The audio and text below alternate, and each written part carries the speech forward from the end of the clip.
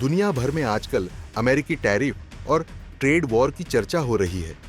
America, चीन और Europe आपस में टैरिफ कम या ज्यादा करने की रणनीति बना रहे हैं, लेकिन भारत ने चुपचाप अफ्रीका में ऐसा दांव खेला है जिसने चीन को बड़ा झटका दिया और अमेरिका को भी सोचने पर मजबूर कर दिया।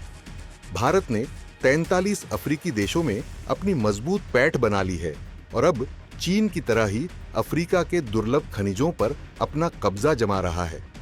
यही नहीं, भारत अमेरिका से टकराने के लिए भी एक अलग रास्ता खोल रहा है।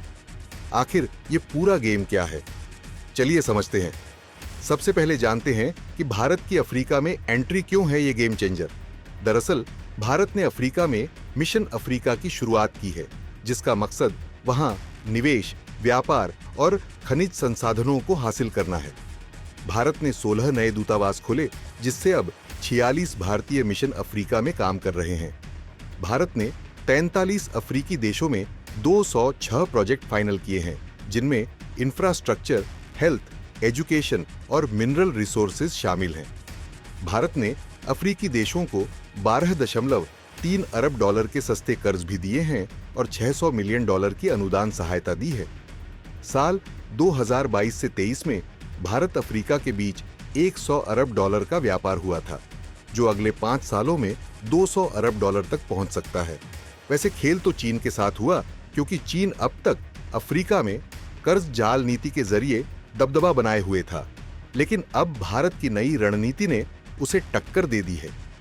चीन अफ्रीकी देशों को कर्ज देकर उनकी अर्थव्यवस्था को अपने काबू में कर लेता था, लेकिन भारत सीधे निवेश कर रहा है।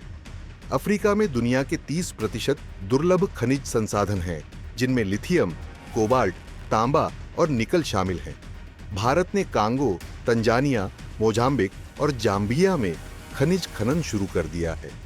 भारत ने 9000 वर्ग किलोमीटर जमीन जाम्बिया में सुरक्षित कर ली है, जहां से तांबा और कोबाल्ट का खनन होगा।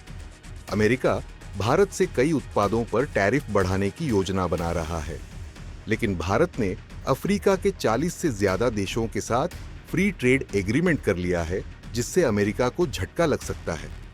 भारत अब उन सभी भारतीय उत्पादों को अफ्रीका एक्सपोर्ट कर सकता है जिन पर अमेरिका टैरिफ लगाएगा। यूरोपियन यूनियन भी भारत के साथ फ्री ट्रेड एग्रीमेंट पर चर्चा कर रहा है, जिससे भारत को एक और बड़ा मार्केट मिलेगा। अब आप कहेंगे कि भारत के लिए ये दांव कितना फायदेमंद? दरअसल भारत में इलेक्ट्रिक गाड़ियों, बैटरी, सोलर पैनल और रक्षा उपकरणों की मांग बढ़ रही है, लेकिन इन सभी के लिए दुर्लभ खनिजों की जरूरत होती है, जो भारत के पास कम मात्रा में है। अफ्रीका के साथ भारत की साझेदारी भारत को आत्मनिर्भर बनाने में मदद करेगी। राष्ट्रीय महत्वपूर्ण खनिज मिशन यानी NCMM के तहत भारत अब अफ्रीका से मिनरल सप्लाई चेन को मजबूत कर रहा है। खैर, भारत की अफ्रीका में बढ़ती मौजूदगी चीन और अमेरिका दोनों के लिए चिंता का विषय बन गई है। भारत अब सिर्फ एक बाजार नहीं, बल्कि एक ग्लोबल पावर बनने की ओर बढ़ रहा है। अफ्रीका में भारत का यह कदम क्या हमें एक नई महाशक्ति बना सकता है? क्या भारत चीन को इस गेम में हरा सकता है? क्या भारत की अफ्रीका में एंट्री चीन के खिलाफ सबसे बड़ा गेम चेंजर साबित होगी? हाँ या ना में कमेंट करके जरूर बताएं।